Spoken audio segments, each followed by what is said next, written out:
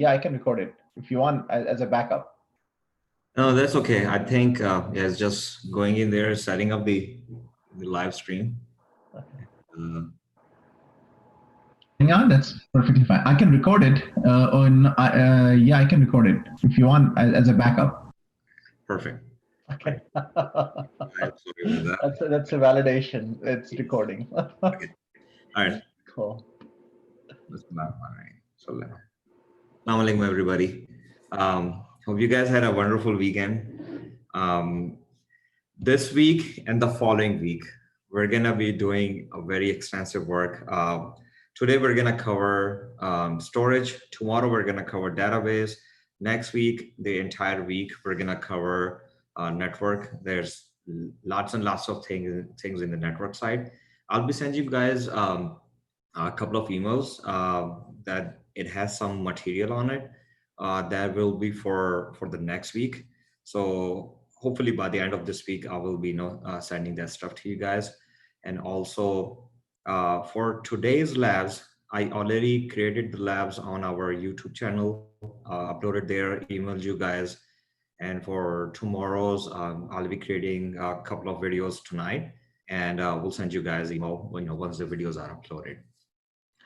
Okay, so today we're gonna cover AWS storage services, what services Amazon offers, and what are their purposes, how we can utilize them, and then we're gonna be doing the hands-on labs. So whatever, I mean, we have two options. Either whatever the service we cover, we're gonna go into the console and do the lab, or second option is I'm gonna cover it all, the theory part, and then we're gonna dig right into the console and spend the rest of the day with those labs. So and second thing is, I mean, if you miss anything, don't worry about it. Lab is already uploaded to the YouTube channel. You can always go there and follow it and find out what's happening there. Okay, so storage services, that is another critical part of any infrastructure. And also, before I start, those who joined recently to us, I have already, although I have uploaded today's and tomorrow's slide deck already to our Google Drive, but for today's one, I made some updates, added like a couple of slides. So right after this class, I'm gonna just upload it there again for you guys, and we'll let you know so that you will download the latest copy. So the along with the compute and the critical part for any infrastructure, be it in the cloud, on-prem, or wherever it is running, storage is one critical piece there. So Amazon offers, it's not just Amazon, it's actually pretty much all the cloud providers. They offer different type of storage services. Amazon's common one are simple storage service, they call it S3. And then second one is Elastic Block Store, or EBS. There's the block storage. And then the third one is the Elastic File System, EFS. There are a couple other as well. And we're gonna see, we're gonna just quickly go over those. These are the ones which are very commonly in use, no matter what type of work you perform. Either you are a developer, or you are a sysadmin, or on the DevOps side, or whatever the side you are in. You must have hit any of those storage services. Okay, so the storage is split into two major categories. One is the object storage, and another one is the block storage. The definition of that, and I was trying to find something that I could dumb it down for you guys, for those who are not so technical, or recently got into this technical side. I could not find anything that I could sit with a 5-year-old and make them understand. So the block storage, if I could dumb it down for you guys, block storage is your OS disk or anything coming through the network, your either iSCSI or your NFS, that storage that actually writes the data in multiple blocks, or that spans across the disk, or if it's the SSD, it spans across the disk instead of just having it a single area that is the exact the actual file is written to it.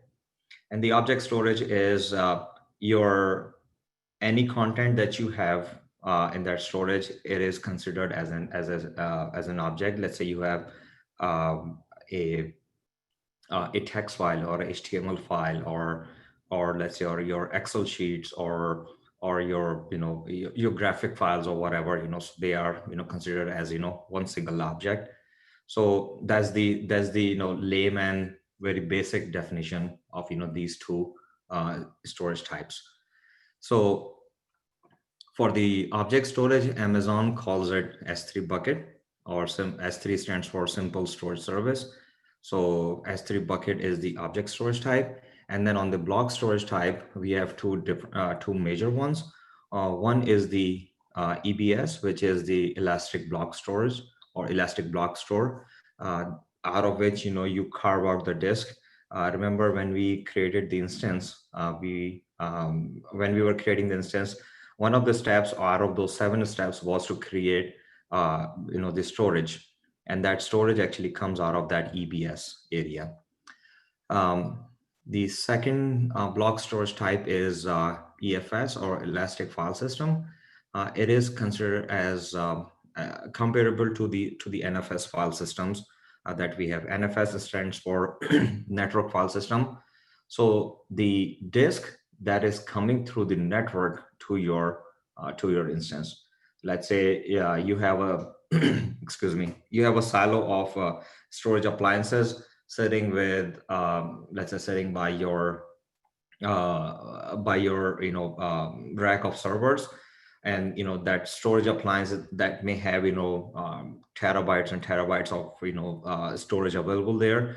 So that storage appliance, if it is connecting through a network, either connecting through your through your switches and then coming to your machine through the network device or through the network appliance, instead of connecting directly to your computer or to your server, that storage type is called the NFS storage type. And it is very common in the industry that people have the NFS storage, because the direct attached storage to your machine, there are two things. One is they are pretty expensive, and secondly is not every machine has capability to attach all those devices directly to their SAS controller or their disk controllers. So that's why the network attached storages, they came into being, and they help out connecting to your systems. Next one. So yes, is there any question? Yeah. So where do we end up using these S3 versus object storage versus block storages? Yeah, so we're gonna it's gonna come in coming slides. Yes. Yeah, Faisal, I've got a question. Sure. So on the back end, are we talking sort of RAID 5, or is that totally separate technology from the block storage, or So RAID 0 to RAID 5, the striping of disks and what have you? It could be any type of RAIDs. So it comes to you as a block. Underlying technology, there will be some sort of RAID running, either either RAID 1 through 6 or 10 or whatever the RAID type is, right?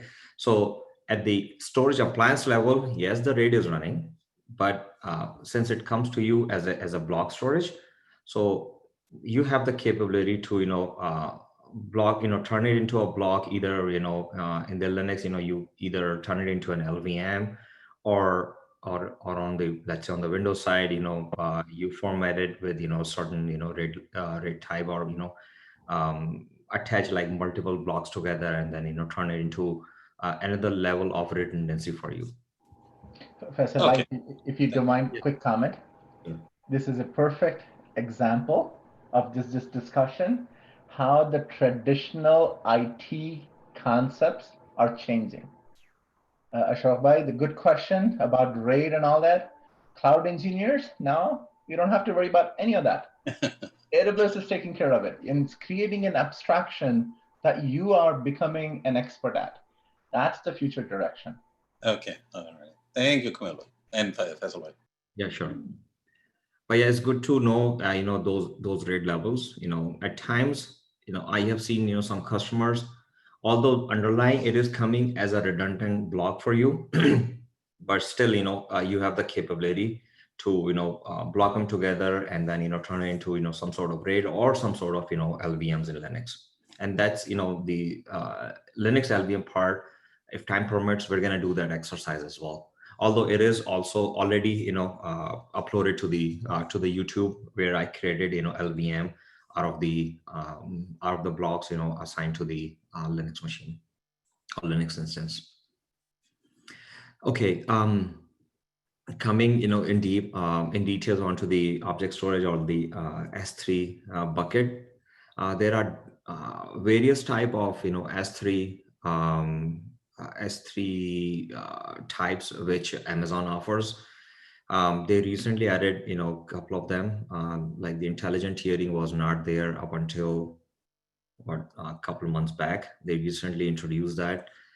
Plus on the archival side, Glacier Deep Archive was not there. It also, recently introduced. Anyways, so standard S3 is the standard, we log into the console and whatever we see and perform the operation. Normally that is the standard S3. It is similar as the on-demand EC2 that we get, and then the various types we can work something out of it. So there are pros and cons of each different types, monetary wise plus access wise, or the retention wise. And we'll find out more in coming slides.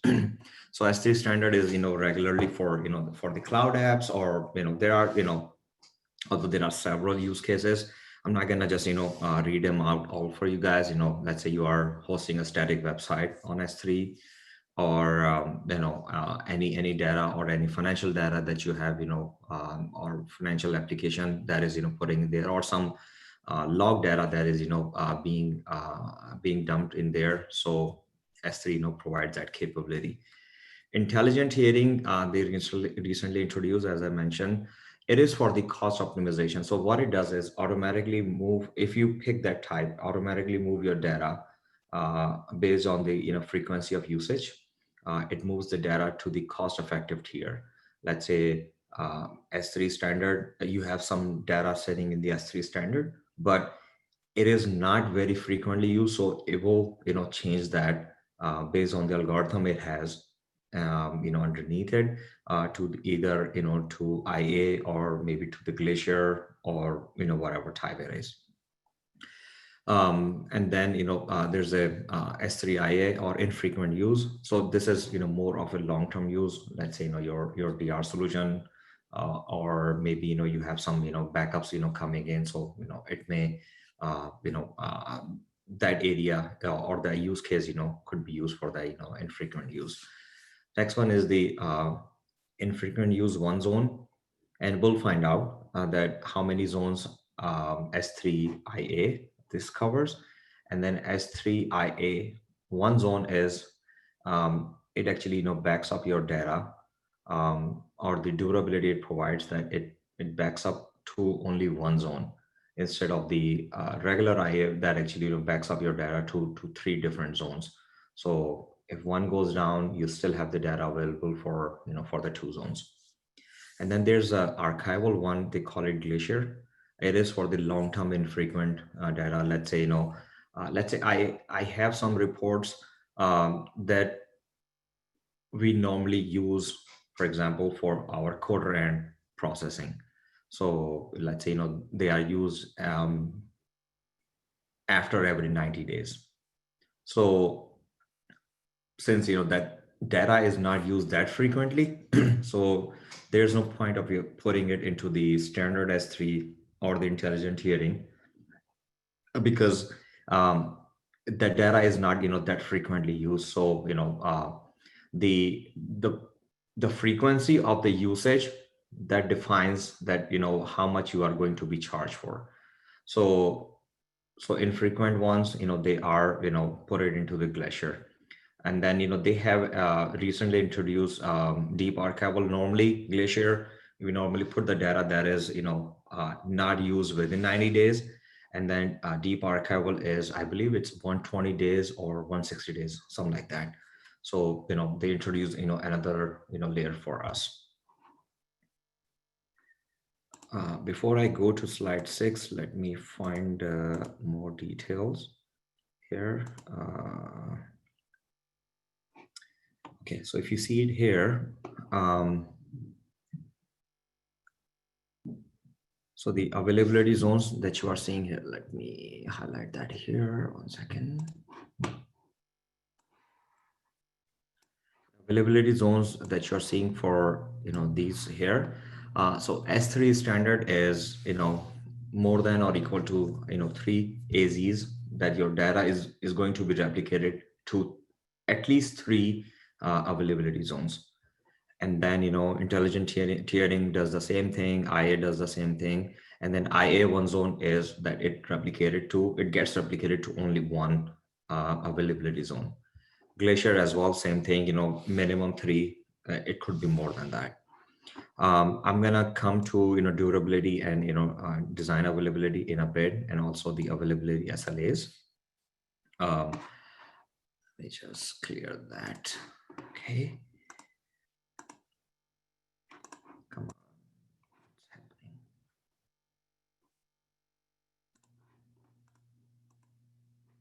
Okay. So here you are seeing here the minimum storage duration, standard. It could be a couple of seconds, it could be a couple of days, couple of hours, whatever. So there's no minimum for the standard. Intelligent tiering, it has to have a minimum staying within 30 days. IA 30 days, and then Glacier, as I mentioned, is 90 days. And the deep archival is double that. Okay, so I was wrong. It was not 120 days, it was 180 days. Okay. And then, minimum billable object size. So there's no minimum billable object size for the standard or the intelligent, but for the other ones, the counter starts soon as you have the 128K, which is a very small chunk. And then, it goes up. The retrieval fee for those infrequent access, and also the Glacier, it is per, the fee is per gig. So let's say I have, that's 20 gig of data. So I'm going to be charged, per gig for the retrieval. If it is sitting there, let's say I have like 200 gigs sitting there, sitting there is fine. Soon as I start retrieving the data, let's say I retrieve like 5 gig. So I will be charged for those 5 gigs, which I retrieve, not for the 200 gig, which is sitting there. Okay. Glacier, the thing is, Glacier retrieval, it is not immediate. Like you request it and it immediately, pull the data back for you. It doesn't work like that. So Glacier, you have to request it. Previously, used to be a couple of hours. Now it, they lower it down, from hours to minutes. It depends on, the size of the data. And then, same goes for the deep archival that, it will take, hours. So you have to request well in advance before you wanted to access the data. Okay, I'm gonna come back to slide number 6 here. Okay, slide number 6, that is about the block storage. So previously we discussed about the object storage, now the block storage. So in the block storage area, Amazon has, multiple offerings. Two are of the critical or the importance for us, not just only for this class, for the basic understanding, but also for the exam, and also for the interview. And also once you start working in the industry, these are the ones which you will be very frequently, working on. So as I mentioned, EFS is like the NFS type service or network file system. And then on the EBS side, we have, two further demarcations. One is the SSD based and another one is the HDD based. SSD stands for, solid state drive, and HDD is hard drive. So HDD is a conventional hard drive, that has a platter and, the heads and all that, like mechanical components on it. And SSD is, it's all solid state, like, all electronics, it has the flash drives in it. So there's no mechanical component there that stores or, retrieves the data for you. So for the transactional workload, mainly, this is not the final word of God, but these are the, some of the use cases, for the transactional workload where you write very frequently or access very frequently. That's where normally it is used, the SSD is used, in that area, databases or your OS drives or, data volumes and all that. Hard drive or HDD back storage is mainly for, throughput intensive, you have the business continuity work going, or you have some log processing going or whatever and whatnot, that does not require, that frequency of transactions, that is going on. So that's why, the HDD has that use case. And we'll see more use cases in a bit. My slide numbering is kind of whacked out at this time. Okay, all right. Okay, so SSDs, they come in. So remember, our block storage has two types, right? And then under those SSDs and HDDs, we have two furthermore. So we have like four different types.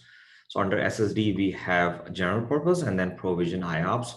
General purpose is, a certain specific, throughput you're gonna get, but you wanted to get some extra boost or extra throughput, then you go with the SSD or provision IOPS SSDs. Okay, so they have like, they give you lower latency and, faster throughput, onto the hard drive performance. And then for the HDD, similar thing, two different types. One is the throughput optimizer, and another one is the cold. Cold is like the slowest one, and not very frequent data that you are going to be, accessing off of it. Volume sizes, minimum is 1 gig, goes up to 16. It has different, volume sizes. 1 gig up to 16 terabytes. Okay. The HDDs, they start with 500 gig. Minimum is the 500 gig, and it goes up to 16. I'm not sure if these numbers have changed. This slide is a little bit dated, like a couple months old, so the numbers might have changed. Okay, is there any question? Faisal. Yes, sir. Mujahid here. Yes, it's sir. all fine and dandy with all of this stuff, but when we are setting up, who makes these decisions? Normally, architect makes the decision. So let's say a cloud architect will be making the decision? Not really. Let's say you are working on an application, and the application architect, when they go sit and do the capacity and the performance analysis, let's say it's an existing application and they're going for a lift and shift from your on-prem to the cloud. So they look into what is the current IOPS they are using, what is the current performance of of their application, disk wise, and the application accessibility wise. And then based on that, the architect decides, hey, you know what, let's start off with this number, and then we're gonna keep increasing if need be. Plus, you normally do not put your entire production workload directly into the cloud. You normally start off with the POC and then the lower environment, and then you do lots and lots of testing, validation, verification before you move on to the production. So there's a couple of steps that needs to be done. And if the organization does not have an architect, it could be the application lead, or it could be the manager, it could be the infrastructure lead, whoever is leading that, or whoever has that capability to perform this the capacity analysis. before moving into the cloud. And I have seen not a couple of clients, but I have seen some of the clients where they just their footprint, let's say their footprint was 4x in the on-prem, and whoever designed it, they wanted to put it the same 4x size into the cloud, which is a very bad practice. It's against the best practices. Also, it's very bad practice because what happens afterwards, after a month or so, when the client starts seeing the bills which is coming out, that actually it normally does not end up well or sit well with the client. So normally what happens is the capacity analysis has to be done well in advance, plus very thoroughly. And let's say your current workload is 4x, start off with 1x or maybe 2x max. And then because of the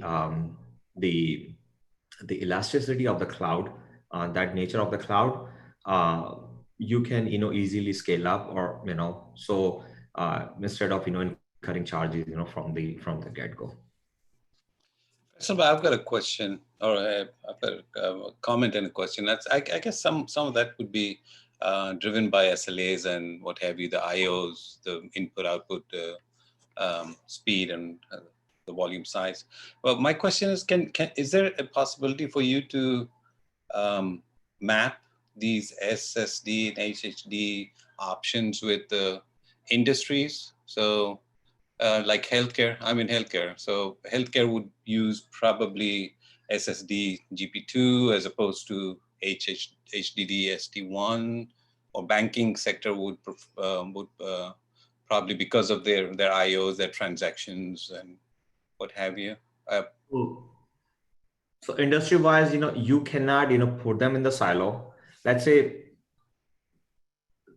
there's a bank, but they are not using the cloud for their financial transaction. But let's say they are using it for their HR application, or let's say they are just using it for their month end or quarter end, processing.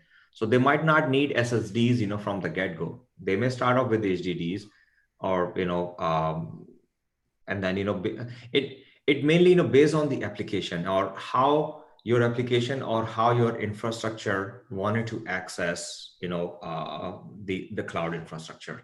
Let's say if you are that's why in my previous slide if I go back to slide 5. So these are the use cases not based on the industry, but based on the application type. Let's say you have a very very active website or web app.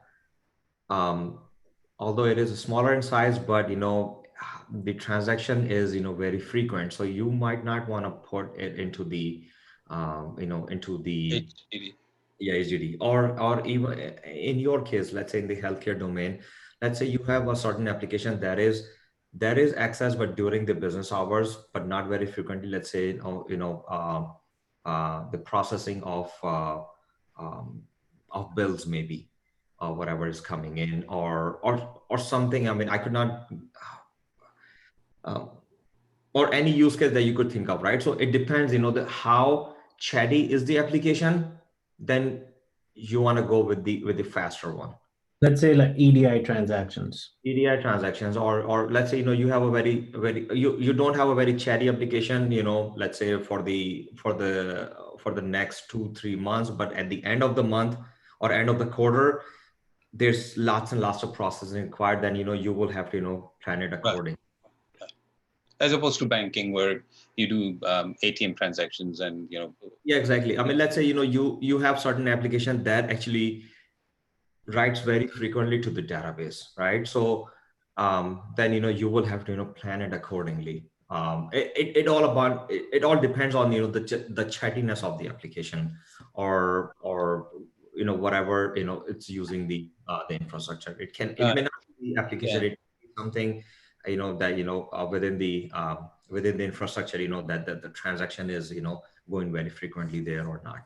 Yeah. And I didn't mean to digress, but I was reading up fintech and all that, the new cloud solution that Icona has provided. So, I just thought I'd ask the question. But Okay. thank you. Sure. Okay. All right. So I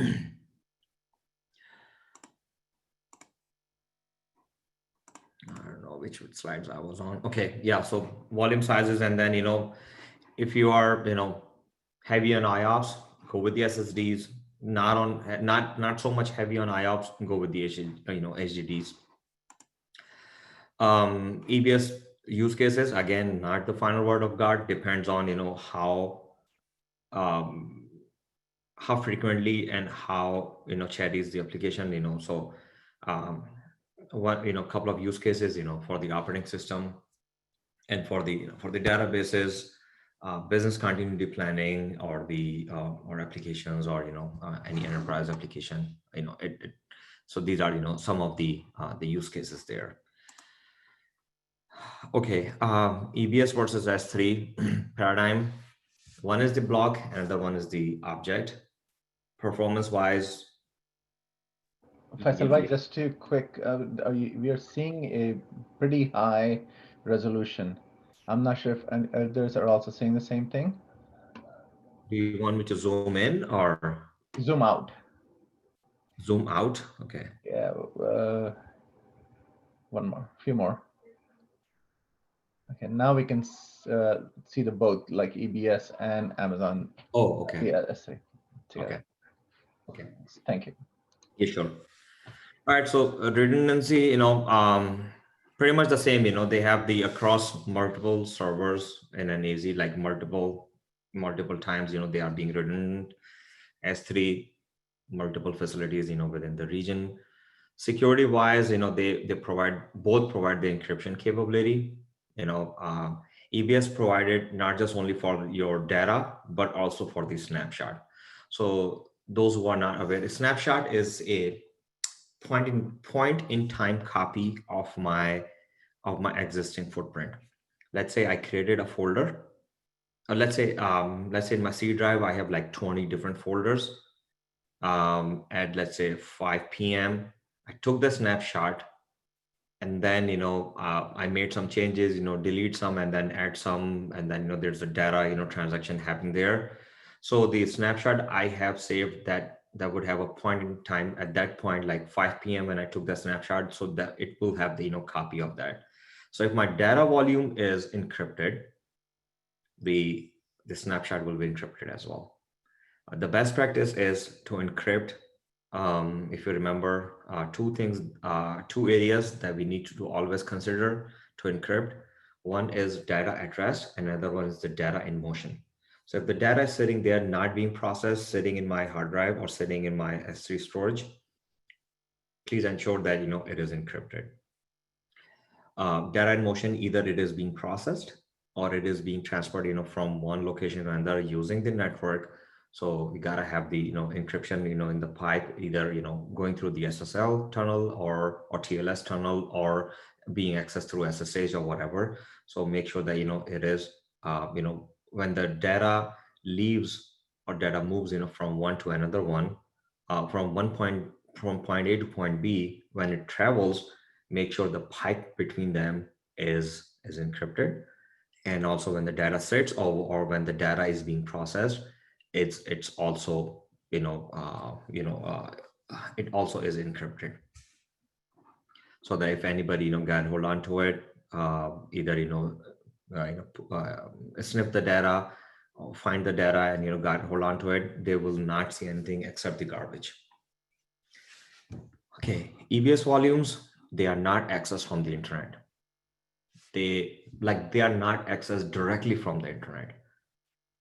They will be accessed through the internet. Let's say, I have an EBS volume that is attached to my Linux or Windows instance. And then through that, I can, grant the access to the outside, but directly that EBS volume cannot be accessed from the internet or from the outside world. On the other hand, S3 has the capability, either you can access it from the internet, like we're gonna see in, once we go, perform the lab, that you can enable the access that internet can read or write, or you can just simply, disable the access. Typical use case, it's a disk drive, and the other one is the online drive, online storage. Okay. And I am sorry about all those the slides that were mixed up. Let me find out where is the. Okay. This thing is of real importance. Availability versus reliability versus durability. All three purposes, exam or interview or job, or maybe for a personal learning. So we need to, understand the difference between difference among these three. Reliability is how reliable, or the ability of my, of my infrastructure to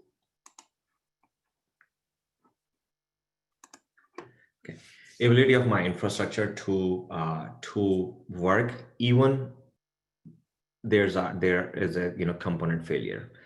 Reliability also being termed as, or there's another term for it, which is HA, or high availability. It pretty much falls under that. That, let's say, I have a server running, giving you an example of an on-prem. I have a server running that has 2 power supplies in it. So let's say if one power supply goes down, I still have my server keep working with that single power supply. Same goes with, Ashfaq Bhai asked the question about the RAID level. So RAID level is like, you have the redundant level of your disks, minimum 2 disks or maybe more, depending on the RAID level you have.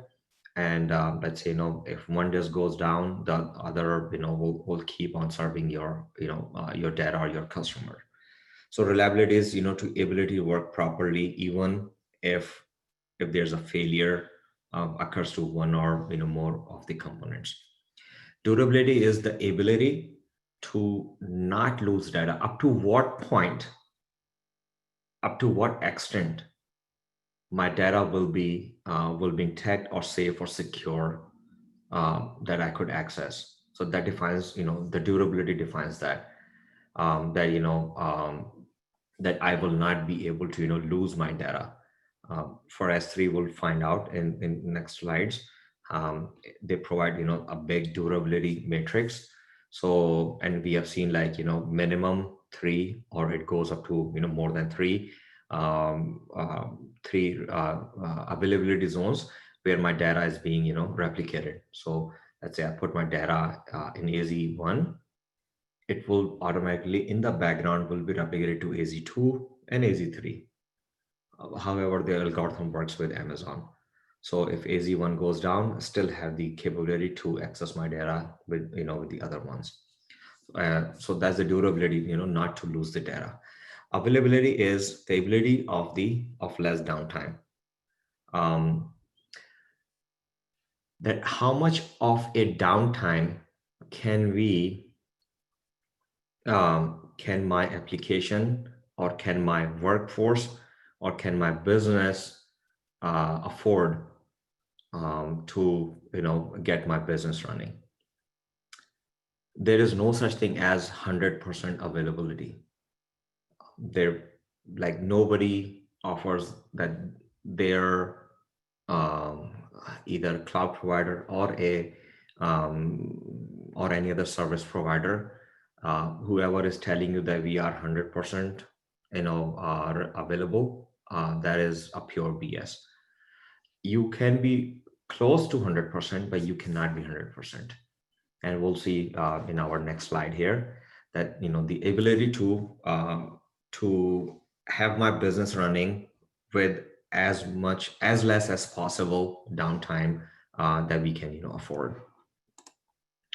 So these are some of the availability SLAs. Are you guys able to see that, or do you want me to increase further, or zoom further in?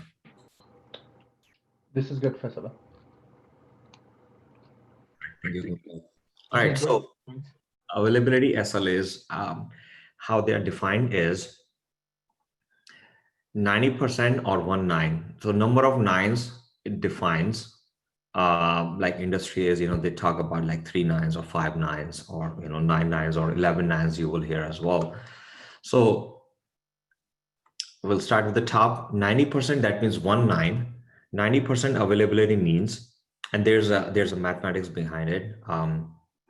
And I'm glad to sit with you to go over that in detail. But in order for to be considered for the rest of the group, I'll just quickly go over that. So 90% means 90% availability means, or 90% available means that my infrastructure will incur 36.5 days of downtime in a year. If we narrow it down to a day, so it could be 2.4 hours or about 2.5 hours in a day. My infrastructure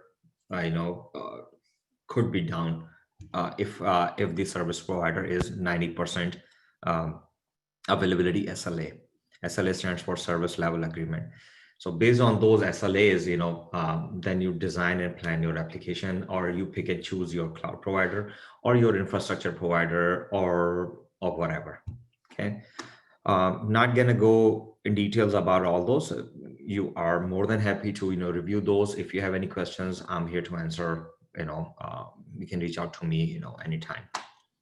Normally I have seen like 5 nines. It's more of a justified number. So 5 9 is 99.999. That means that your application or your infrastructure can incur a downtime of a little over 5 minutes in a year, which is 864 milliseconds. That is one aggressive SLA a service provider or an application provider offers you. And I was going through it. There is one I was able to find one real good document, sorry, not the document, a blog post on Medium. Let me find that. As soon as I find it, I'll send it to you guys. It's a good read to understand, hey, how things are sold to the outside world. And even if it is Amazon or Google or even Microsoft, they these companies also they go through those downtimes as well. And I just pasted in the chat here. So it's a very good read. Whenever you get time, just read through that. So it's a bit old document, like almost a year old, a little over a year old. And the guy dissected it very well. Like he picked an example of the same year. Like in May, AWS had an outage. In June, Google had an outage. In November, Microsoft had an outage. On their cloud platforms. And then these are the SLAs they were offering. And then based on those SLAs, this much of a downtime they incurred, and based on those downtime, this much of a uptime was calculated. And based on those those incidents,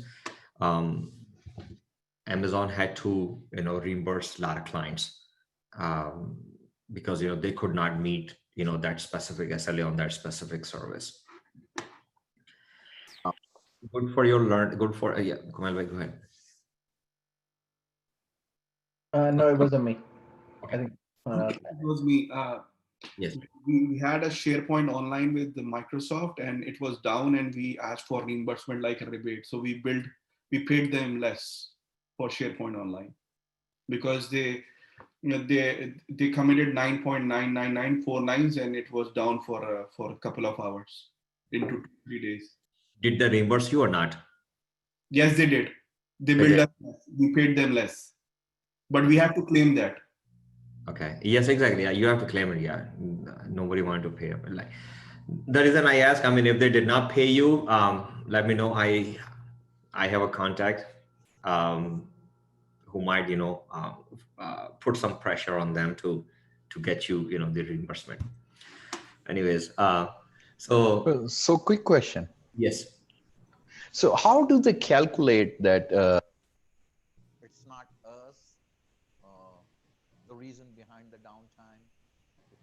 customer's network or hardware they have set up or network they have set up.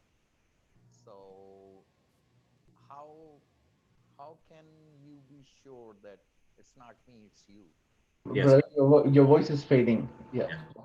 So the question was how do we calculate and how do we find out if it is the Amazon or the service provider in between, or if it is at our end. So when you go sit with them, find out about the SLAs. So Amazon guarantees, let's say, they guarantee that this much SLA on their storage, this much SLA on EC2, this much SLA on their, other services, whatever the services you are, going in a contract with them. So, and then based on that, you find out, hey, you know what, this whole bulk overall our average, that this is the SLA we're gonna get from Amazon. And if you remember the very first day, we discussed the what is the shared responsibility model. So what is Amazon is responsible of, and what we are responsible in the cloud. So whatever Amazon is responsible for, they provide you, this, or they guarantee that this is the SLA that we guarantee, and they they stand by that. Now from Amazon to your point, let's say there is a service provider, let's say Comcast or whatever, or AT&T, they are providing the internet pipe. So they offer certain SLA as well. And then let's say you have certain infrastructure within your on-prem, you calculate on that as well. So based on that, all those, whatever the number of hops you have, based on that, as you calculate the SLA. So now let's say you find out that your guys are not, let's say you have a basic application running on EC2 instance, and your team is not able to connect to EC2. So how you start? You start from within your office, then to the network, then to Amazon, right? So that's how normally, the troubleshooting starts, right? So you find out, hey, you know what? Everything looks fine at our office location. Now you check on the network. Hey, everything looks fine on the AT&T or Verizon side. Then you find out, hey, you know what? Amazon, we are not able to access that. You got on a call with them, find out, that their infrastructure was facing some trouble or some issues. And normally from the get-go, none of those providers, none of those big fish, they don't accept that they had an outage, unless it comes into the news, or it's a very widespread. And then you find out, hey, you know what, they had the problem. Then you calculate, hey, you know what, our application, it incurred, let's say, 4 hours of downtime. And then you go into the SLA and find out, hey, you know what, they agreed to us, let's say they agreed to us with 3 nines, right? So our application was down in that week for more than 4 hours. They agreed for, let's say, for 10 minutes in a week. So that means they owe us something. Then you collect all that artifacts, put it all together, and then send it to them, and then start talking to them. Hey, you know what, this has happened.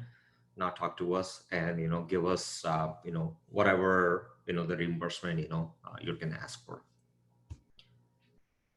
So trust me, asking these big fish to accept that they had a problem, it's always a challenge.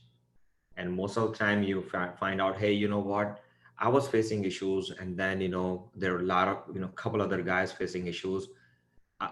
Initially people start believing, hey, you know what, it could be my laptop, let me restart it, or it could be our office location, or it could be my home network, let me just reboot that.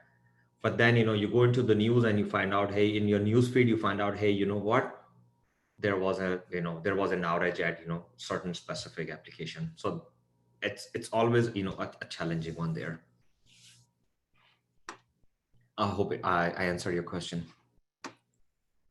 Yes, you did, Faisal. Thank you. Okay, so keep this thing in your mind. I downloaded from the Wikipedia. I'll put the link in here as well, and you can search for it as well. Not every service provider provides this table, but it's good for your understanding. It helps. And it's just not only the SLA for this. Let's say currently I am working with one of our client where we have some strict SLAs on our ServiceNow incident tickets. That for P1 we have to act on it, like acknowledge the ticket within certain hours, and then execute and complete that P1 within certain hours, and then P2 has a different SLA, P3 has a different, P4 has a different. So based on that, our performance is monitored because that's an external client to Accenture. So every quarter there is a quarterly review with the client, and before we go on a quarterly review with the client, we actually internally we review every month that, hey, you know what, this is happening. So what are our numbers saying? Hey, have we met the SLA or not? So we always have to, for the operations guys, we always have to, enforce them. Hey, you know what?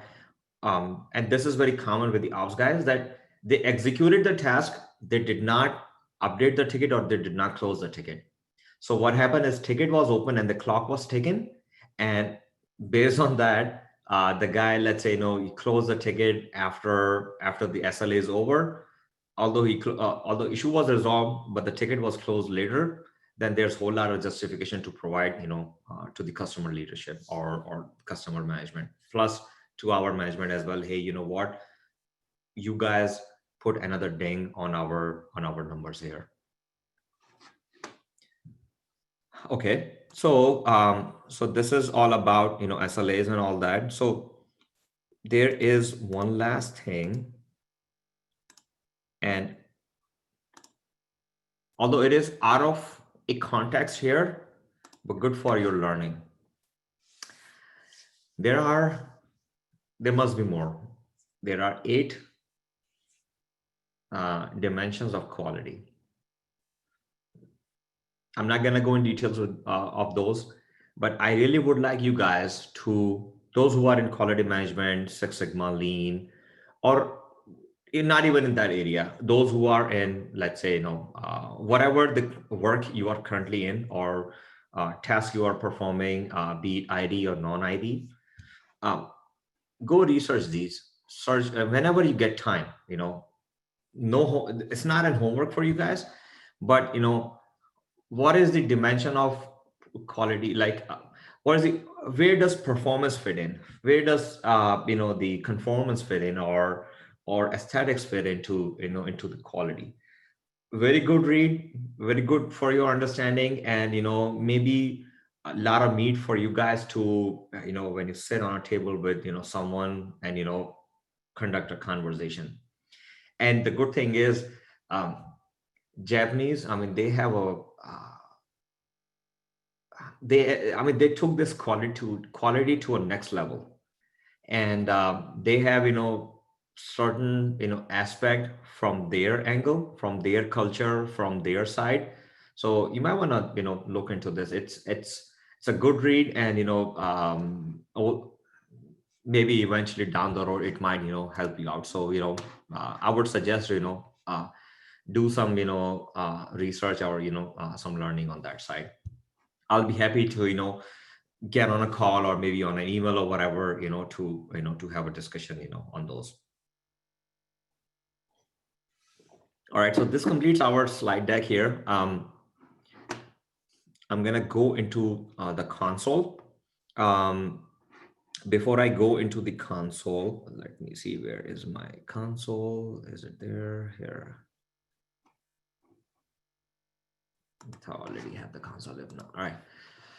So log into console.aws.amazon.com. Yes. No, you're good. Okay. All right. So yes, console. Log into the console, and we're gonna take a 5 minutes break here. And I would suggest, in the meantime, go to EC2 and kick in 2 instances, please. 1 Windows and 1 Linux. Okay, and we'll take a quick 5-minute break. 7:06, we're gonna reconvene and start on that.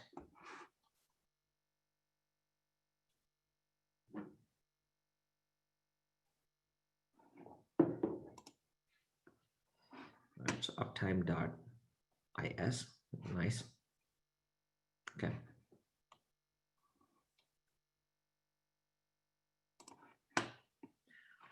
All right, so I'll be back before 7:06.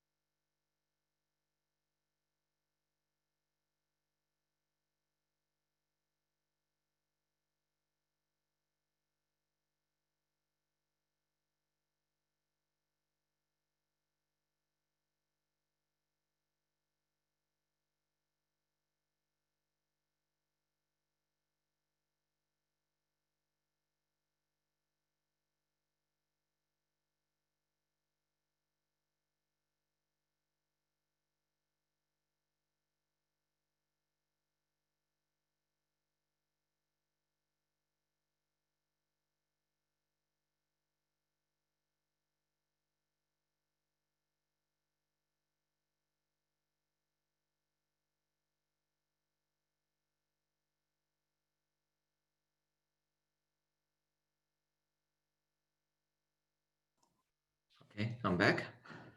Let me find that quality one if I could find this one.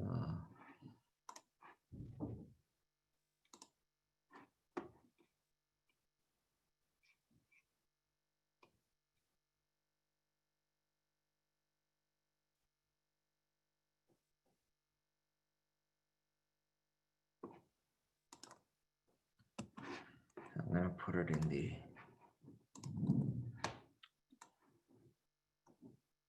here. That's the Wikipedia link for it. Okay.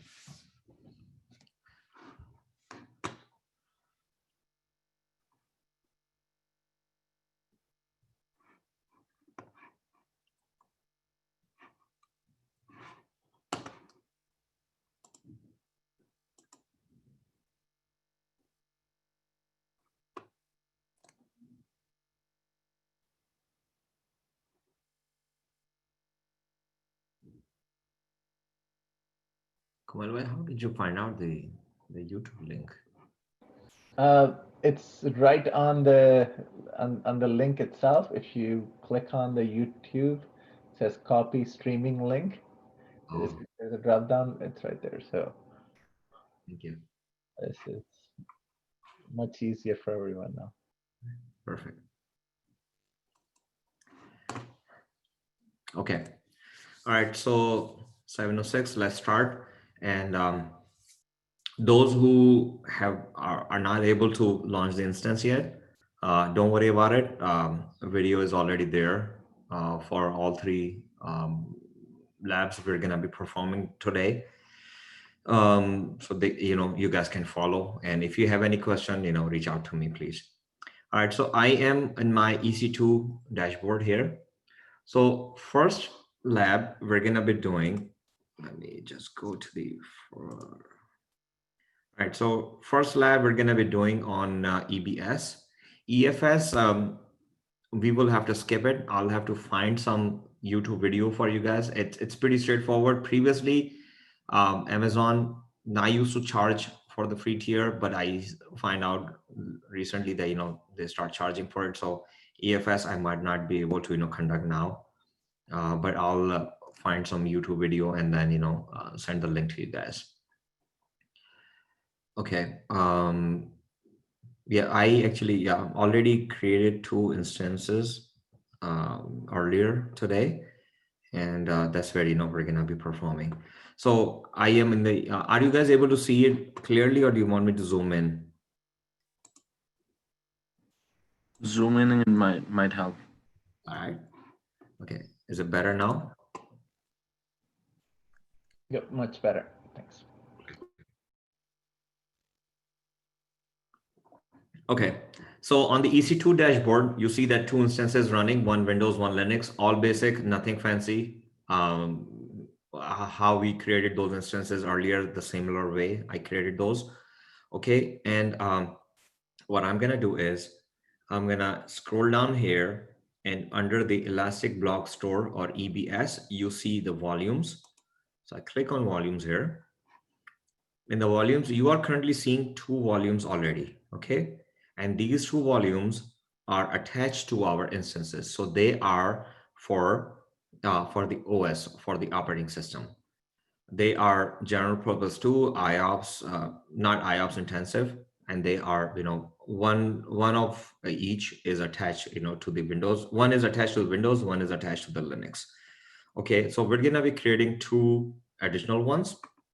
And the method is just, click create volume,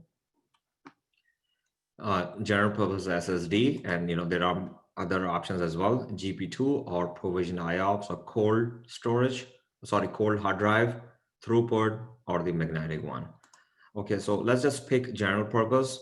Minimum is 1 gig, goes up to 16 gig. So let's just pick 1 gig here. Okay. One thing I forgot to mention here, let me just duplicate the session here. I'm gonna go back into the services, EC2. Okay, so here's the catch, guys. For the additional volumes that we are going to create, or in other words, the additional disks that we are going to create, they need to be in the same availability zone where our instance is running, because there is no cross AZ porting. Let's say I have the instance running on US East 1A, and let's say I was able to, and I created accidentally the volume in Mumbai region or Singapore region. I will not be able to connect to that. So it has to be within the same AZ. Okay, so at this time, both our instances, they are running in US East 1A. You might have it running in a different one. So wherever it's running, make sure that you create the volume within the same AZ. So US East 1 is our AZ. All right, so I am back here on my volume. So here I'm gonna pick, I pick only 1 gig here. Okay, AZ US East 1A. Remember, because I was in North Virginia here, so that's why I picked East 1A. All right, so snapshot ID, I am not creating any snapshot unless there's a snapshot already available, which Amazon is offering if we wanted to use that. So just leave it blank for now. Encryption, as we mentioned, encryption is the best practice if we are going, if the data is going to reside into that disk. Because of the compliance reasons, there are certain compliances that enforce us to have the encryption running there. I forgot that there was one big company. There was a recently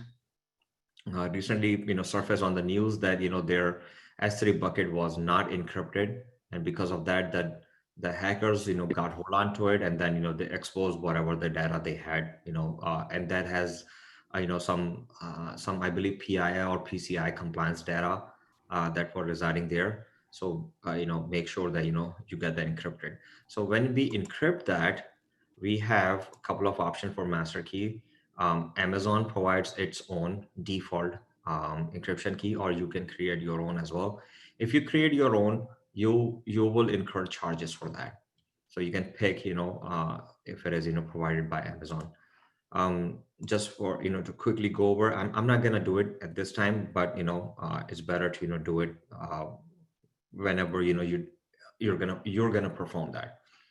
Add the tag. I'm gonna add the tag. I'm gonna just name it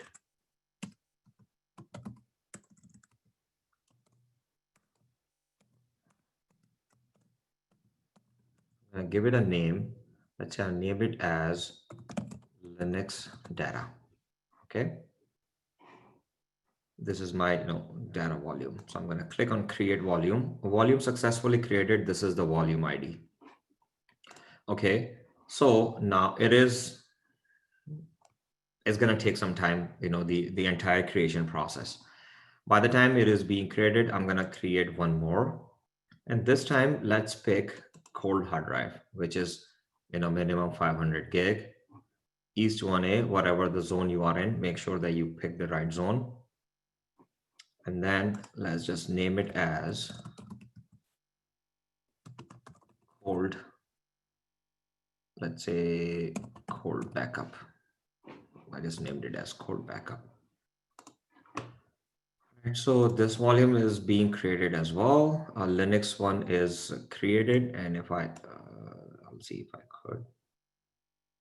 No, I cannot. Okay.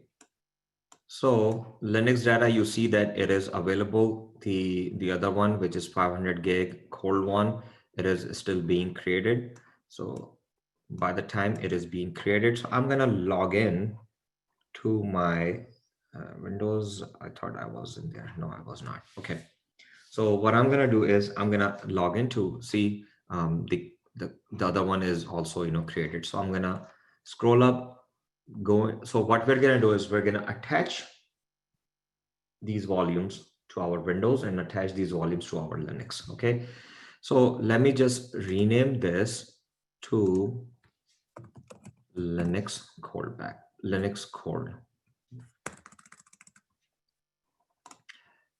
Oh, sorry, Linux cold. All right, so now we have 2 for Linux. Let's just create 2 more for one for Windows and one for okay. So for the Windows one, let's just change the number to 2 gig, so it does not get mixed up with the other 1 gig one. And make sure that it is the same. Add the tag, name it to Windows data, okay, or WinData. All right, so this is, by the time it is being created, I'm going to create one more. Let's just we can pick cold again here, and I'll just name it as Faisal bhai, yes. you can follow these steps. Like this is free, or they're gonna charge for these volumes. They don't charge for it, so I'm following, so that just asking. because I did it this afternoon for the lab, and I could not. I mean, they did not incur any charges, so yeah. So yeah, maybe you can follow through here, and then we can go into my or I can just go in there real quick here for you guys. Let me just duplicate that. And billing dashboard. Yep, there's no charges for it. Otherwise, they would have, you know, come right out. Okay. All right. So now we have one cold and one 500 gig and 2 gig for Windows and 500 and 1 gig for Linux. Okay. So I'm gonna go into my EC2 dashboard, or I can simply go into the instances. I'll pick the IP, or sorry, the DNS name for our Linux one. I'm gonna simply go into the session there, EC2-user at this, and I'll pick the auth key for my Linux. Let me change the settings here. Appearance, change it to, let's say, 20 to make it. Is it better for you guys? Alrighty, perfect. Okay, so I am in my Linux. I'm gonna elevate my rights as a root. So you see that the prompt is a hash sign from the $sign, and also the username is changed to root. Okay, just clear it here. So what we're gonna do is, there is a command ls block or list block. So these are the blocks that are gonna come into the Linux OS.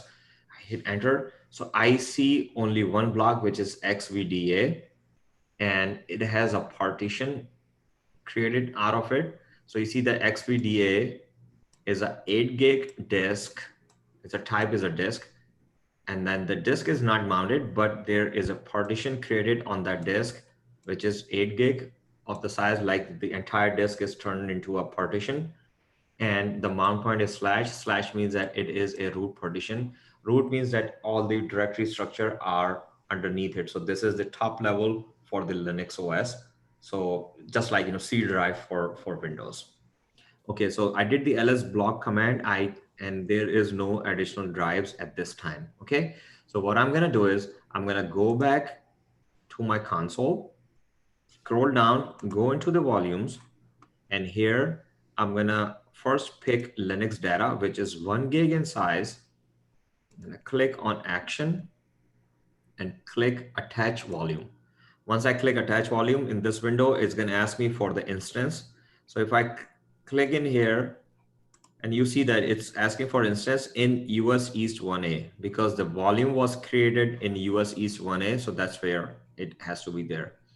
So if I drop down, remember our Linux instance, I named it as Linux instance, and Windows, I named it as Windows instance. They both are in running condition.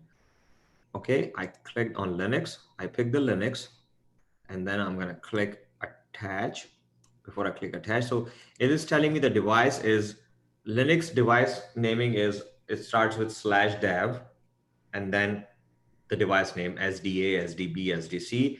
But inside the OS, you might see them as, instead of SDA or SDB, you might see them XVDA or XVDF or XVDD. So it starts with XVD.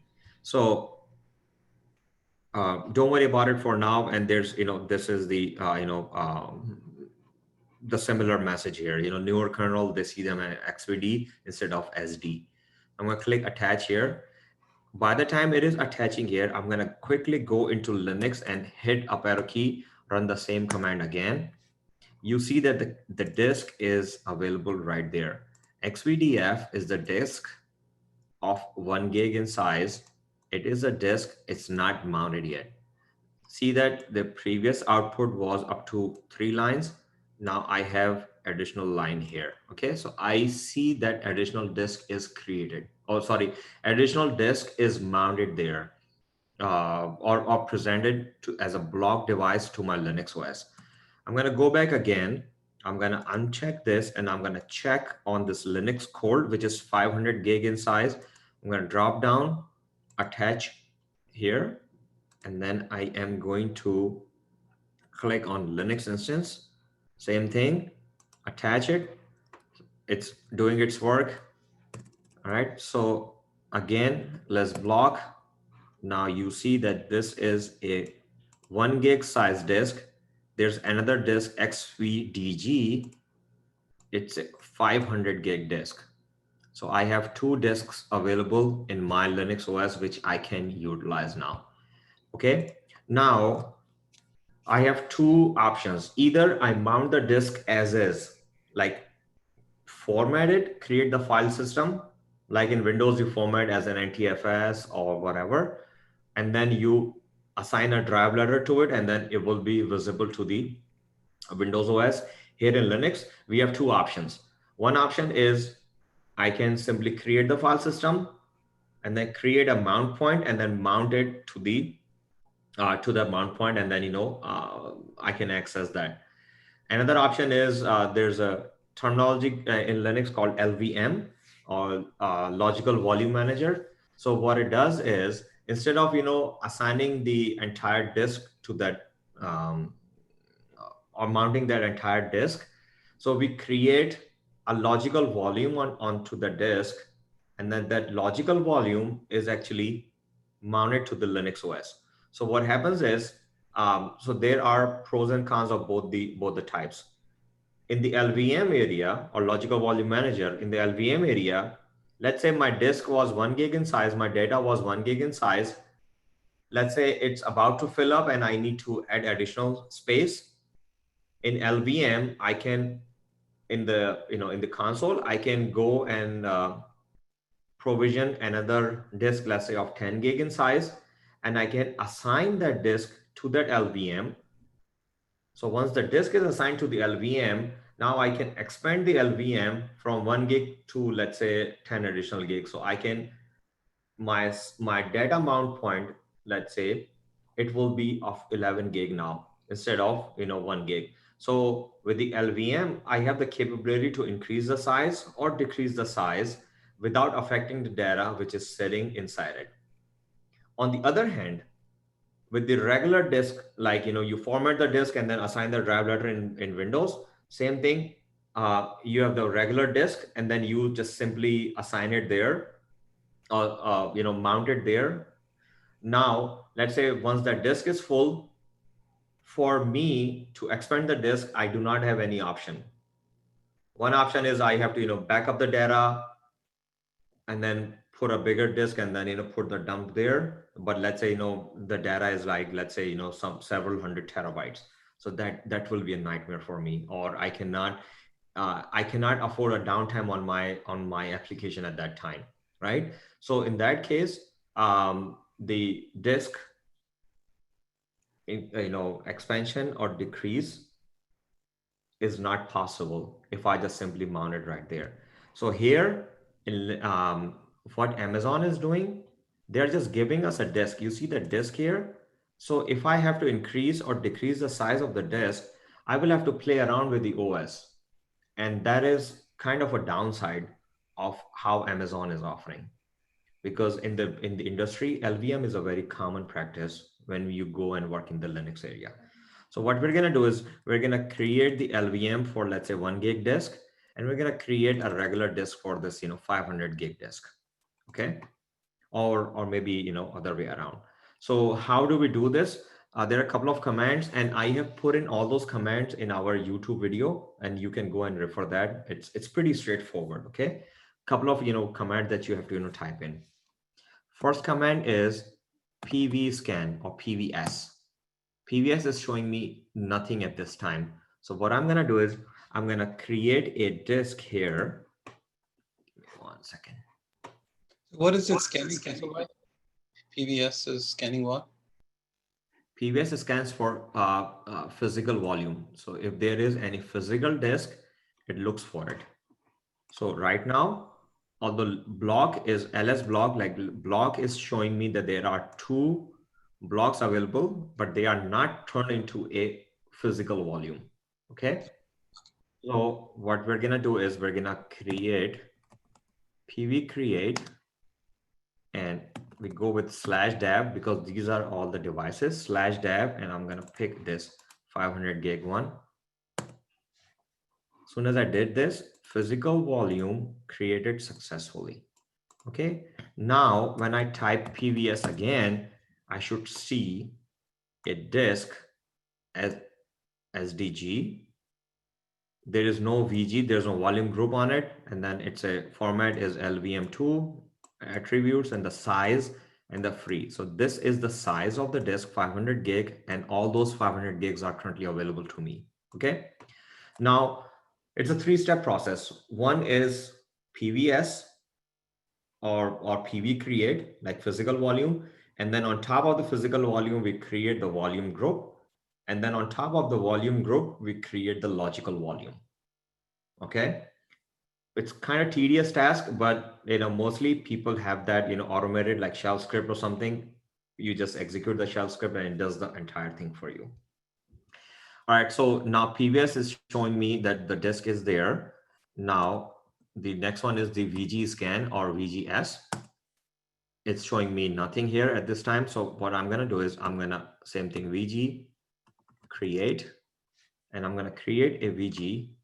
I'm going to, yeah, I have to provide the name of the VG. So normally I do it with VG, like it's a volume group. And since I'm going to use this for the data purpose, so I'm going to just name it as data. Where I am going to create it, I am going to create it on that disk, which PV just created here. Okay, remember this through this PV create command.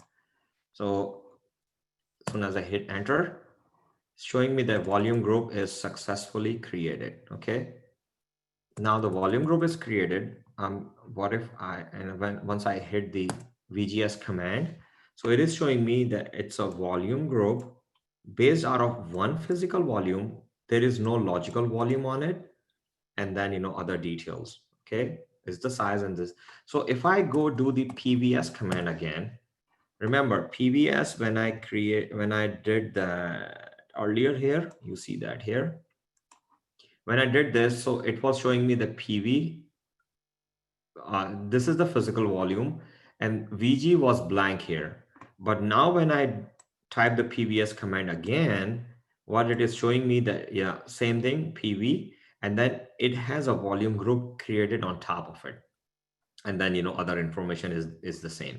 So now there's a physical volume, and then on top of it, there's a volume group created. And then now the third step is to, on top of the volume group, we're going to create a logical volume. For the logical volume, what I'm going to do is same thing, LV scan or logical volume scan. It's not showing me anything. All right, so I'm going to create a I'm going to provide a command, LV create. You see that the pattern, we're going PVS and then PV create, VGS, VG create, LVS, now LV create. Okay, LV create, there are certain switches we have to remember. Name of the LV, okay, with the -n switch. LV, I am gonna name it as logical volume underscore data.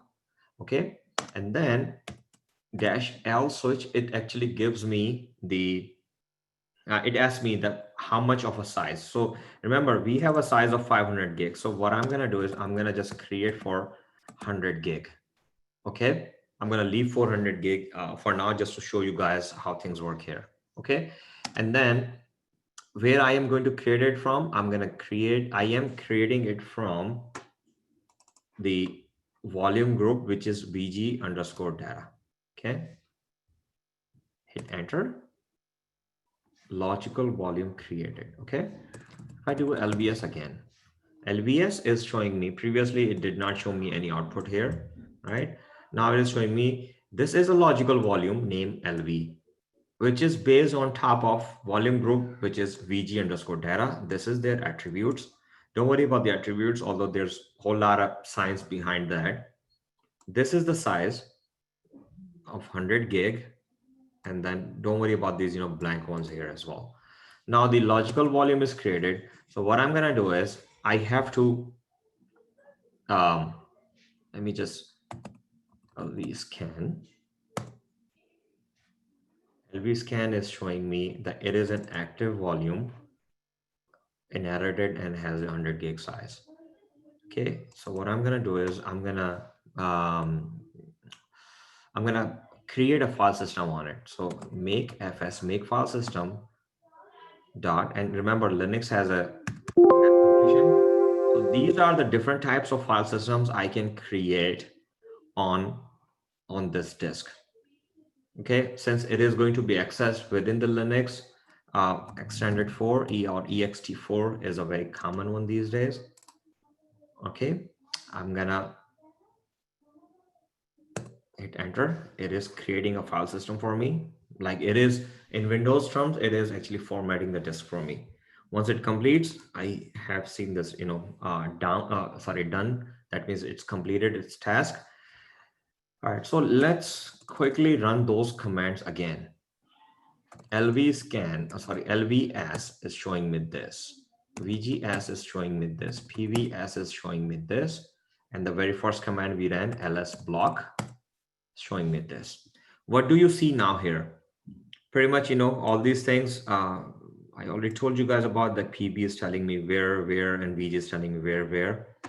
Here in the ls block or list block command, what I'm seeing here is the last disk, which was 500 gig in size. It was a disk.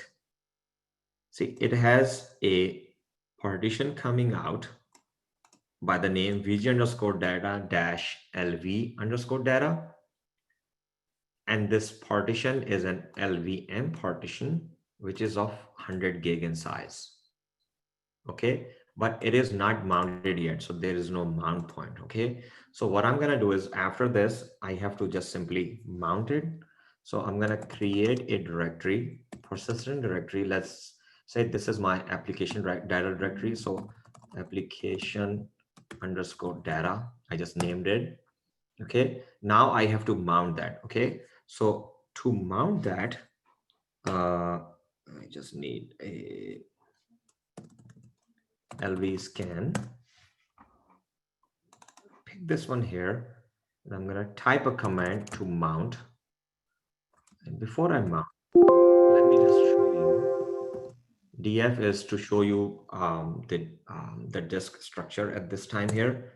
DF and HPT, these switches is tell me what is the type, what is the size, and where it is mounted at. So you are seeing that our XPDA1, remember here in the list block, XPDA1 is mounted as slash, okay, which is the first disk. So XPDA type is XFS, 8 gig in size, 1.7 gig used, 6 gig available, 21% is used at this time. And slash means that it is mounted as the root or the slash partition. Okay. Now, and I do not see other mount point at this time for this XVDG. Okay. This is what we're going to mount. And we created a mount point, or in Windows term, we created a drive letter for it. Okay. Created a mount point for it under the name slash application data. So what I'm going to do is I'm going to copy from the LV scan output this. The command is mount this disk to this mount point. Mount this disk which we just created to this mount point. Hit enter. If it doesn't error out, that means it is mounted. How do I verify? I'm going to run that df command again.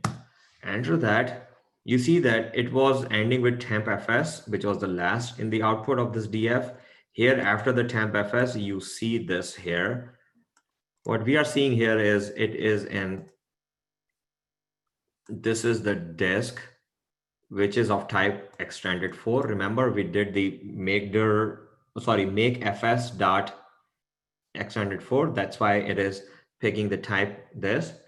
Size is this. Currently, we are 1% used, and this is the application data. Now I can do anything into it. I can go to the disk, seed into it, and do whatever I want it to do. Okay, so the disk is available for me in the Linux, and it is a chunk of that 500 gig. Now, let's say the 100 gig, out of those 500 gig, 100 gig I use for the data.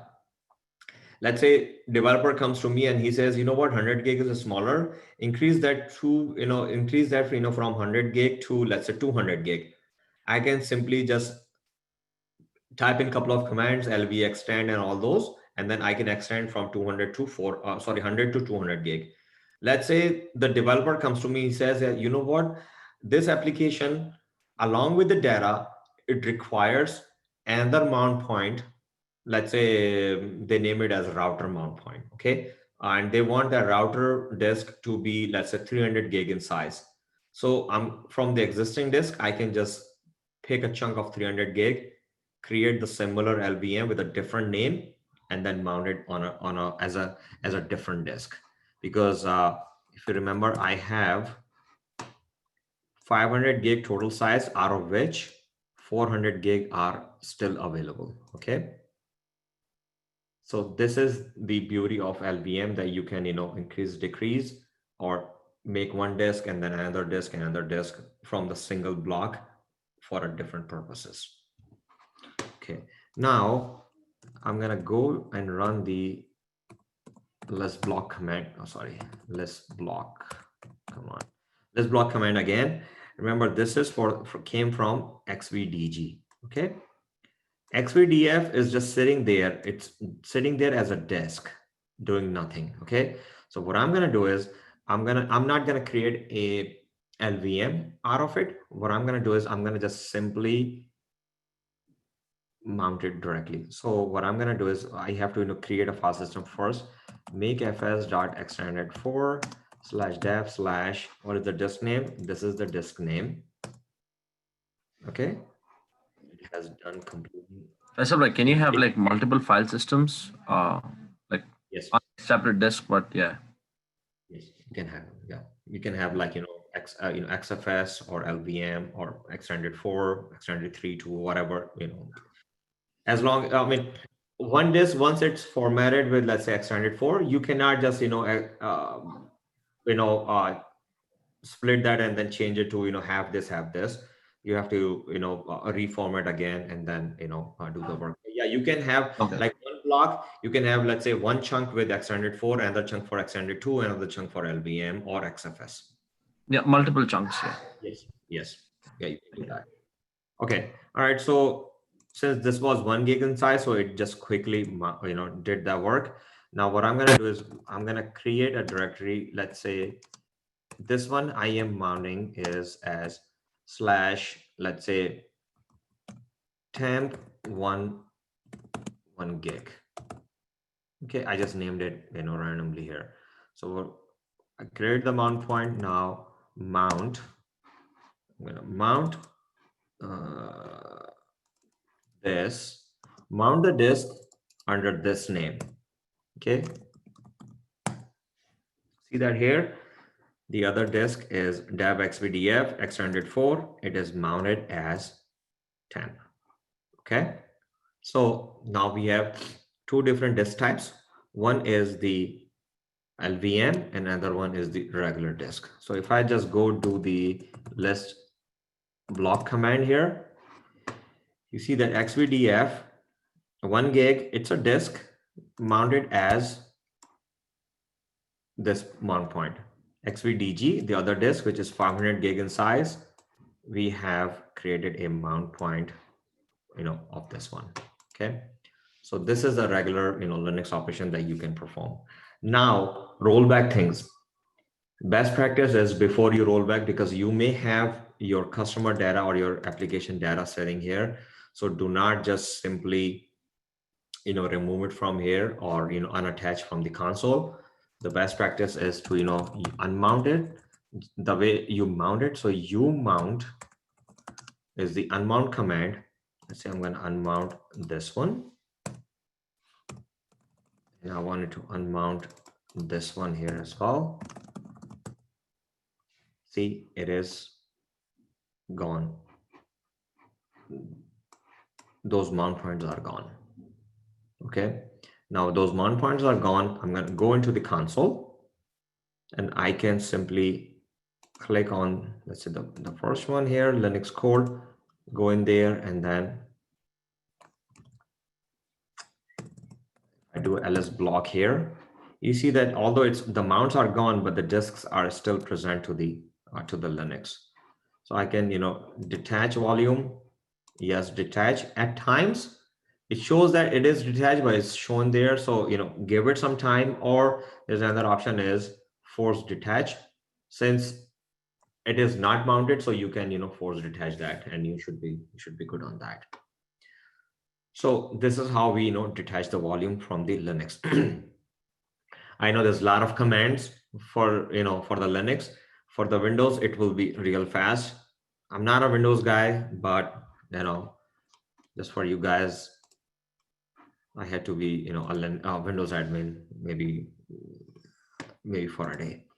All right, so I went to my EC2 dashboard. I went into instances, highlighted my Windows because I need to connect to that Windows instance. So I'm gonna get the password, choose my PAM file.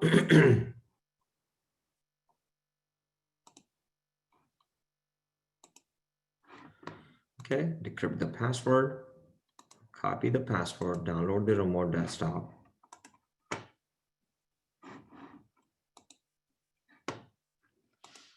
Type in the password.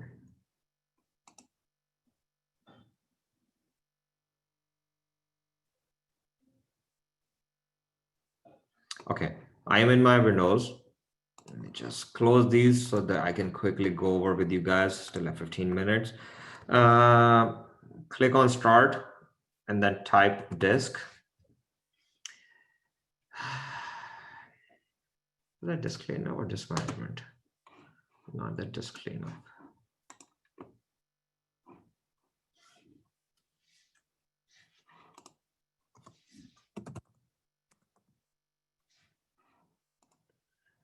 Okay. All right, so disk management here. You see that I have only one disk, which is the C drive, and I'm going to go into the file explorer. Let me just expand the size in here for you guys, and let's just do it real quick, side by side. All right, so here I'm going to click on this PC. I see only one disk, which is the C drive. All right, so let me just minimize the size in here, and I'm going to quickly go into the EC2 dashboard. Under the EC2 dashboard, I'm going to quickly go into the volumes. Under the volumes, let's just attach the 2 gig disk to Windows data. Same thing, highlight that, go action, attach volume. This time we're gonna pick our Windows instance, not the Linux instance, Windows instance. Click attach. All right, so it is attaching. By the time it's attaching, I'm gonna just quickly go in there. I should be seeing that disk. See this? The disk is shown, which is offline, but 2 gig disk is already showing. Windows Explorer is not showing at this time. What I'm gonna do is right, so it is doing its work. Let's give it some time. Let me just refresh that. So Windows data, which is 2 gig in size, is attached there. Let's do the similar thing for Windows Code, which is 500 gig in size. Highlight that, go to attach volume, drop down Windows, attach. It's attaching here. Soon as I go in there, I should be seeing the second disk. See this 500 gig disk is shown there. Both the disks are shown offline. No drive letter assigned here. Okay, now I'm gonna come back to the console. Let's just refresh. All right, so it completed the task here as well. So highlighted here, you see that it is showing attached. So that means it is attached to our Windows instance and attach information about the that Windows instance. All right, so go back in here. This will be a real quick one. All right, so this 2 gig, let's just right click online. Okay, and then right click. Okay, soon as I hit the online, the offline is gone. Now it is shown not initialized. Right click, initialize disk. All right, so initializing that, it initialized, it is online now. And then now here, I'm gonna right click and then new sample volume. Next, I'm gonna pick the entire disk, but you can pick and choose the size. Drive letter is gonna assign D. Let's just name it as, let's say, app data. Okay, next, finish. Soon as I do this, you see that app data D drive is right there. about 2 gig in size. Similar case with this one, right click all 9 and then right click initialize. Okay. Now right click new sample, new simple volume. Next, up to you. You want to pick the entire disk or different partitions. Up to you. Next, and it's gonna assign the drive letter E to it. This one, let's just name it as, let's say, app underscore backup. Okay. Click next, finish. As soon as I do this, it's formatting right now, and now it is showing here. So E drive is showing here 500 gig, and the C drive is 1.97 or 2 gig in size. Okay. So this completes the task on the Windows side. Similar thing, since you will have your application data and all that. So always, right click and then offline it, right click offline, so that it will be gone from here, and then go into the console and then detach it there. All right. I went real fast, but videos are there, so you guys can always look into that, into the videos. Okay, so now these two are gone, so I can simply detach from here. I would suggest once you complete your work, detach those and then destroy these volumes. You don't need to have those sitting there, incur any charges for you. Now, so this part is complete. Any questions so far? I still have 10 minutes, and I probably will go 10 more minutes, and I want to quickly go over with you guys the S3 bucket.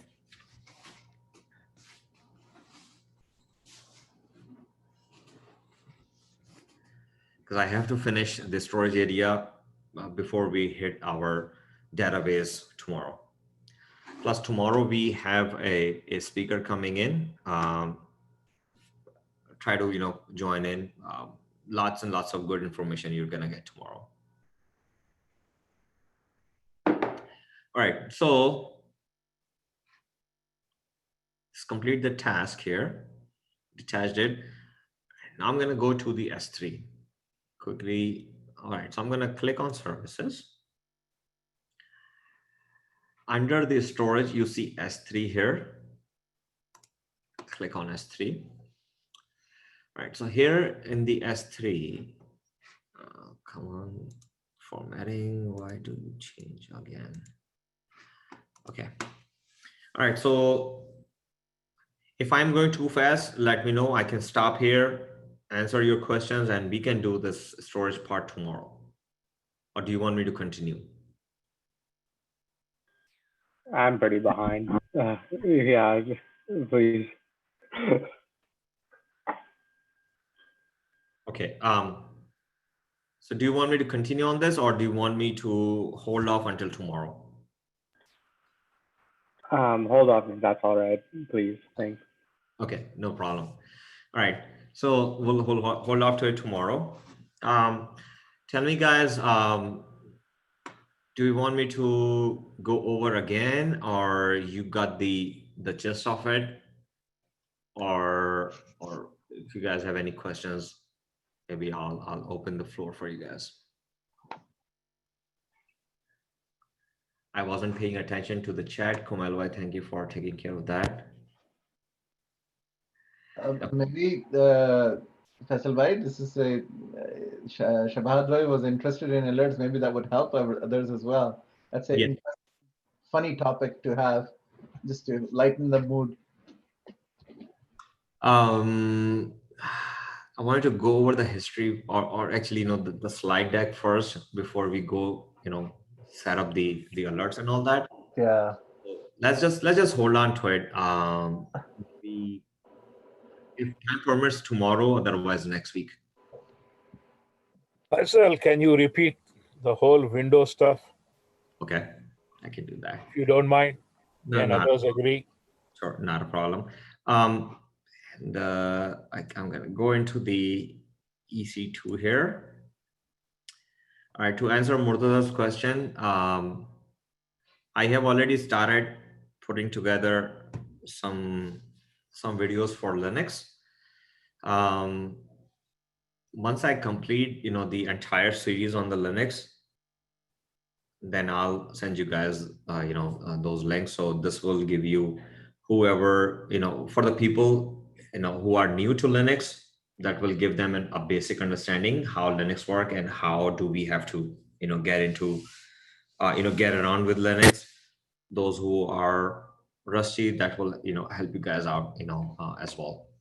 Okay, so I am in EC2 dashboard. And I scroll down, go into the Elastic Block Store volumes, right? Here you see that we have two volumes. One is 500 gig for Windows Cold, and the one is 2 gig for Windows Data.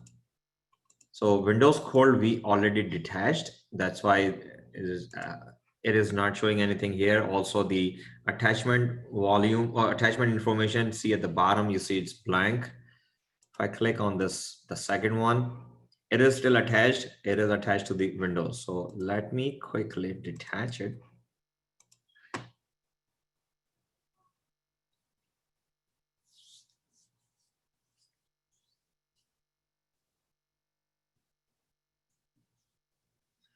Right, so by the time it's detaching, maybe I'll go over this snapshot tomorrow.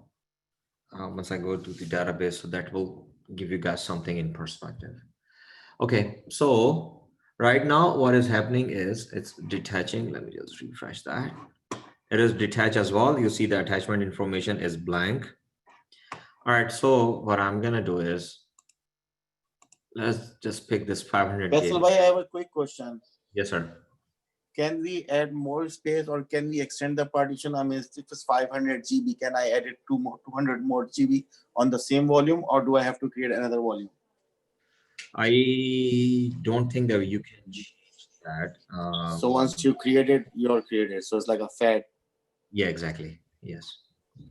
Okay. Good question. Yes. You see that.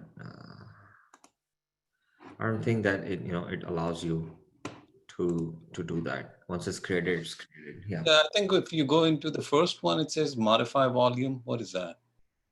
First one. Oh, you know what? You can do that. That's a good one. Okay. All right. So we can increase. Yeah. Let's say we pick not 5,000. Let's just pick 900. Okay. Modified. I should want to modify it. May take some time. Extend to OS. Okay. All right. Modify volume succeeded. Okay, so let's just refresh that. That's shown succeeded. Why is it showing yellow here? Maybe it's doing some background work.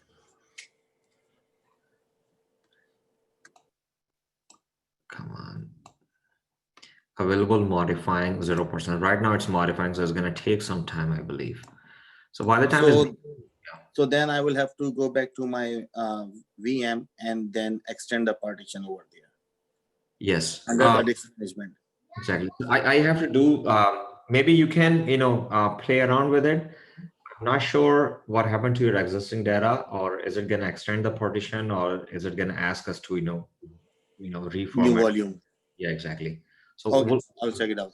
Yeah, exactly. So we'll have to check on that. Okay, so it is modifying right now. If I scroll to the right, it's going to take some time, I believe. Okay. That's about one. It showed 900. Yeah. That's about one question. Yes.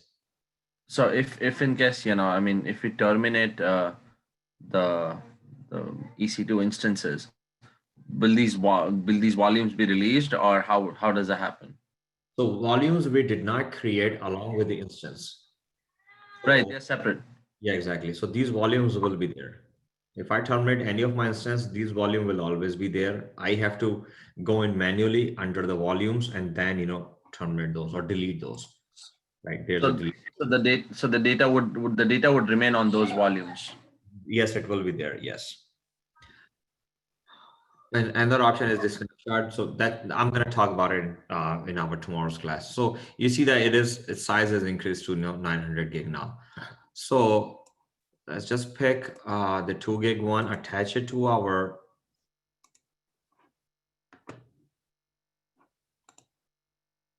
Windows instance. I click attach here.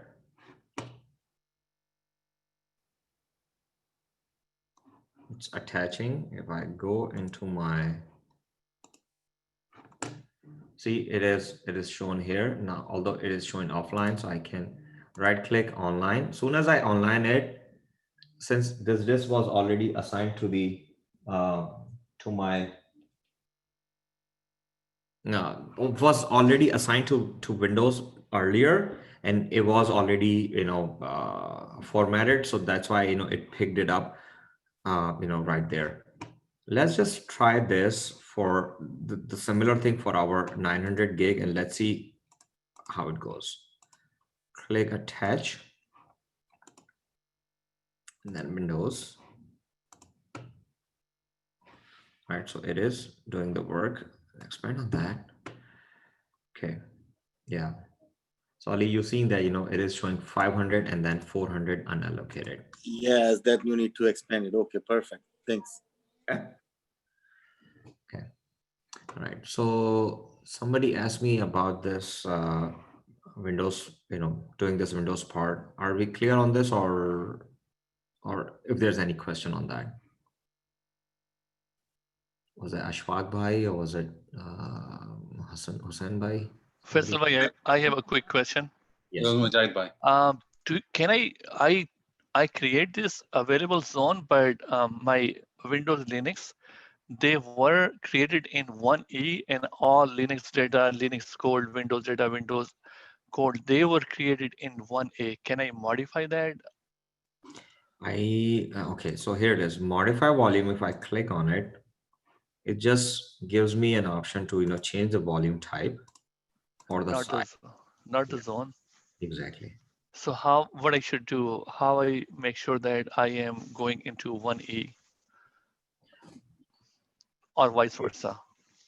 First thing is, one thing is either create a new one, Okay. or if you already have a data, create a snapshot, move it to the other zone, and then do the work. A lot of quite a bit of a legwork you're gonna have to perform.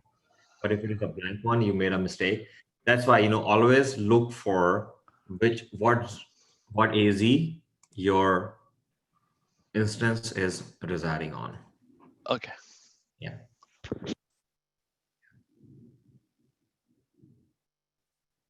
Okay. All right. Any other question?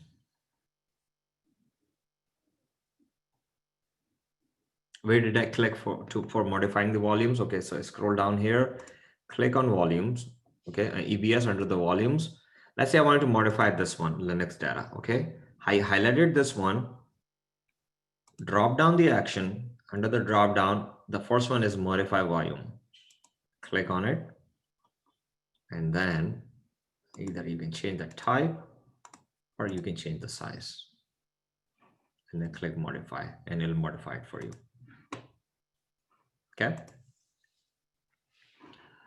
So I'm gonna, yes. I have a question regarding Windows. For example, Windows machine, if we attach a hard drive and then it has some data and everything, and then we detach it and attach to a different instance. Is it possible? Yes. Yeah. So let's say you have like 20. Let's say you have like 2 Windows instances. Yeah. Okay. You attach it to Windows instance 1. Copy the data, do whatever the operations you perform, detach it from here, attach it to the Windows instance 2. Soon as you turn offline, it should show there, and it will show the entire data what you have copied from A to B, unless you format the disk. Okay, so it is like a USB drive that you attach a USB drive to your laptop, perform the work, take it off, attach it to your another laptop or desktop. The entire content will be there. Similar thing, similar principle. As long as both instances are in the same availability zone. Yes. Yeah. Okay. Yeah. Thanks. Sure. Okay. I'm gonna stop the sharing, or not the sharing. Stop the. Faisal Bhai, just wanted to share one experience. Yes, sir. On the attachment of the volumes. On the Linux OS, there is a parameter on the mount parameter to always, when you mount the new file system, zero out the file system, like start it from scratch. Okay, so that you need to be careful. I mean, for students, everybody, you need to be careful on how the mount is happening on the EC2s. If the mount is happening with a zeroing out, as soon as you mount a file system, it will clean up existing data. So you got to be careful on that. Lessons learned on our side. Thanks for sharing this, Kumal bhai.